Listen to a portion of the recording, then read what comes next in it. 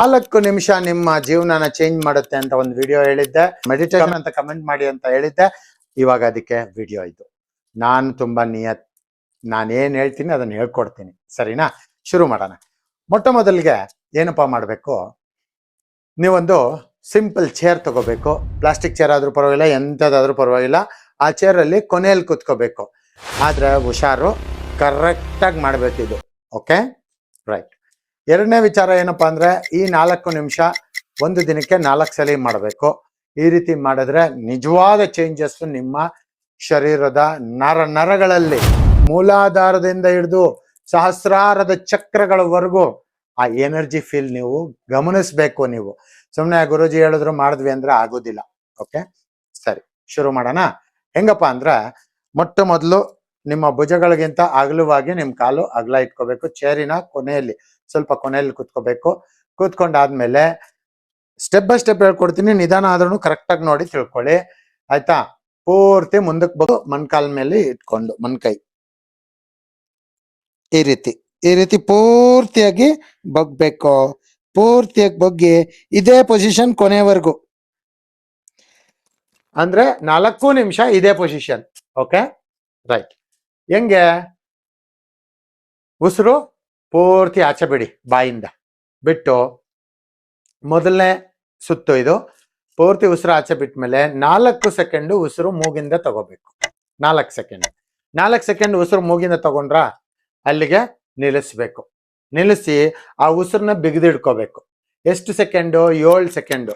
ಸುಮ್ಮನೆ ನೀವು ಸೆಕೆಂಡ್ ಎಲ್ಲ ನೋಡ್ಕೊಂಡು ಕೂತ್ಕೋಬೇಡಿ, ನೀವೇ ಎಣಿಸ್ಕೊಳ್ಳಿ. 1 2 3 4 5 6 7 ಸೆಕೆಂಡ್ ಆದ್ಮೇಲೆ ಉಸಿರನ್ನ ಬಾಯಿಂದ ಆಚೆ ಬಿಡಬೇಕು. ಹೆಂಗ್ ಬಿಡ್ಬೇಕು?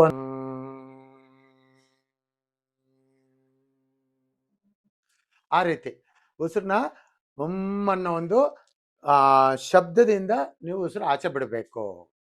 ಇದು ಮೊದಲನೇ ಸುತ್ತು. ಇನ್ನು 2ನೇ ಸುತ್ತು, 3ನೇ ಸುತ್ತು, 4ನೇ ಸುತ್ತು ಹೆಂಗ್ ಮಾಡ್ಬೇಕು ಅಂದ್ರೆ ಸೇಮ್ ಇದೇ ತರಾನೇ.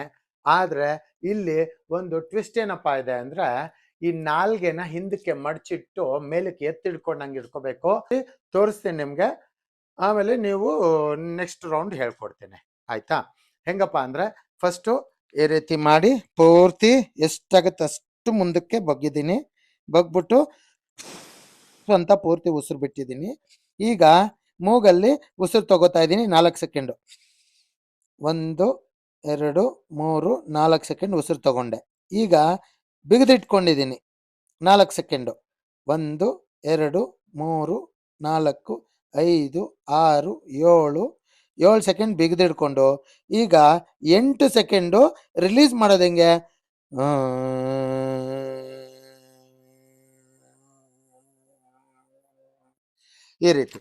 ಈ ರೀತಿ ರಿಲೀಸ್ ಮಾಡೋವಾಗ ನೀವು ನಿಮ್ಮ ಪೊಸಿಷನ್ ಇದೇ ಇರಬೇಕು ಪೂರ್ತಿ. ಈ 4 ನಿಮಿಷ 4 ರೌಂಡು ಬಗ್ಗಿರ್ಬೇಕು, ಪೊಸಿಷನ್ ಅದೇ ತರ ಇರಬೇಕು. ಆದ್ರೆ ಇಲ್ಲಿ ತುಂಬಾ ಮುಖ್ಯವಾದ ವಿಚಾರ ಏನು? 2ನೇ ರೌಂಡಿಂದ ನಾಲ್ಗೆ ಬಿಗಿದಿಡಿಬೇಕು, ಮೂಲಾಧಾರ ಬಿಗಿದಿಡಿಬೇಕು. ಬಿಗಿದಿಡ್ದು ಏನು ಉಸಿರು ಬಿಗಿದಿಡ್ದಾಗ ರಿಲೀಸ್ ಮಾಡೋವಾಗ ನಾಲ್ಗೆ ಈ ಮೂಲಾಧಾರ 2 ರಿಲೀಸ್ ಮಾಡಬೇಕು. ಈ ರೀತಿ ಮಾಡ್ತಾ ಮಾಡ್ತಾ ಮಾಡ್ತಾ 1 ಸಲ 2 ರೌಂಡ್ 3 ರೌಂಡ್ ಒಂದೇ ದಿನದಲ್ಲಿ ನಿಮ್ಗೆ ವ್ಯತ್ಯಾಸ ಕಂಡ್ಕೋತೀರಾ ನೀವು. ನಿಮ್ಮ ಆಲೋಚನೆಗಳು, ವಿಧಾನಗಳು ಚೇಂಜ್ ಆಗ್ಬಿಡ್ತವೆ. ನೀವು ಮಾತಾಡೋ ಮಾತು ಚೇಂಜ್ ಆಗ್ಬಿಡುತ್ತೆ. ಹೆಂಗ್ ಚೇಂಜ್ ಆಗತ್ತೆ ಅಂದ್ರೆ, ಒಂದು ರ್ಯಾಶ್ ಆಗಿ ಮಾತಾಡ್ತಾ ಇದ್ದಿದ್ದಂತ ವಿಚಾರನ ನೀವು ಸ್ಮೂತ್ ಆಗಿ ಮಾತಾಡೋದಕ್ಕೆ ಶುರು ಮಾಡ್ತೀರಾ. ಬುದ್ಧಿ ಇಲ್ದಿರ, ಜ್ಞಾನ ಇಲ್ದಿರ ಯಾರಾದ್ರೂ ನಿಮ್ಮ ಹತ್ರ ಕೆಟ್ಟದಾಗಿ ಮಾತಾಡ್ತಾ ಇದ್ರು ಅವ್ರು ಯಾಕೆ ಆ ತರ ಮಾತಾಡ್ತಾ ಇದಾರೆ ಅಂತ ನಿಮ್ಗೆ ಅರ್ಥ ಆಗ್ಬಿಡುತ್ತೆ. ಇದಕ್ಕೊಂದು ಉದಾಹರಣೆ ಕೊಡ್ತೀನಿ. ನಾನೊಂದು 2 ದಿನ ಕಂಟಿನ್ಯೂಸ್ ಪ್ರಾಕ್ಟೀಸ್ ಮಾಡಿದ್ದೆ. ಅಷ್ಟರಲ್ಲೊಂದು ಪೂಜೆ ಬಂತು. ಪಕ್ಕದ ಜಾಗದಲ್ಲಿ ಪೂಜೆ ಮಾಡ್ತಾ ಇದ್ದೆ.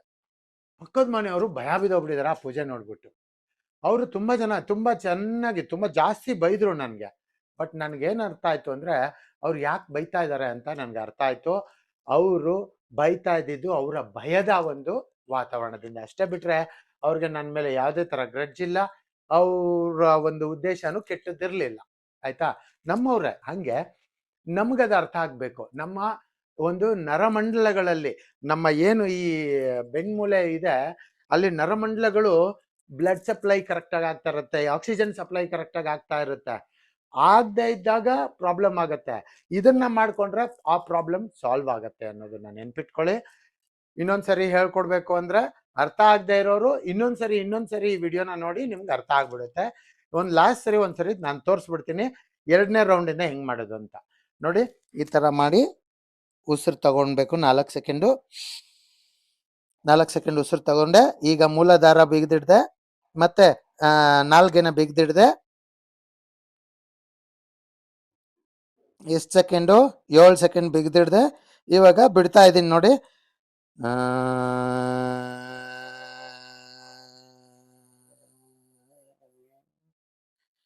ಆ ಥರ ಇಷ್ಟೇ. ಓಕೆ, ಒಳ್ಳೇದಾಗ್ಲಿ. ಕರೆಕ್ಟಾಗಿ ಪ್ರಾಕ್ಟೀಸ್ ಮಾಡಿ ನಿಮ್ಮ ಜೀವನದಲ್ಲಿ ಎಲ್ಲ ಸಮಸ್ಯೆ ಬಗೆಹರಿಸ್ಕೊಳ್ಳಿ. ಒಳ್ಳೇದಾಗ್ಲಿ.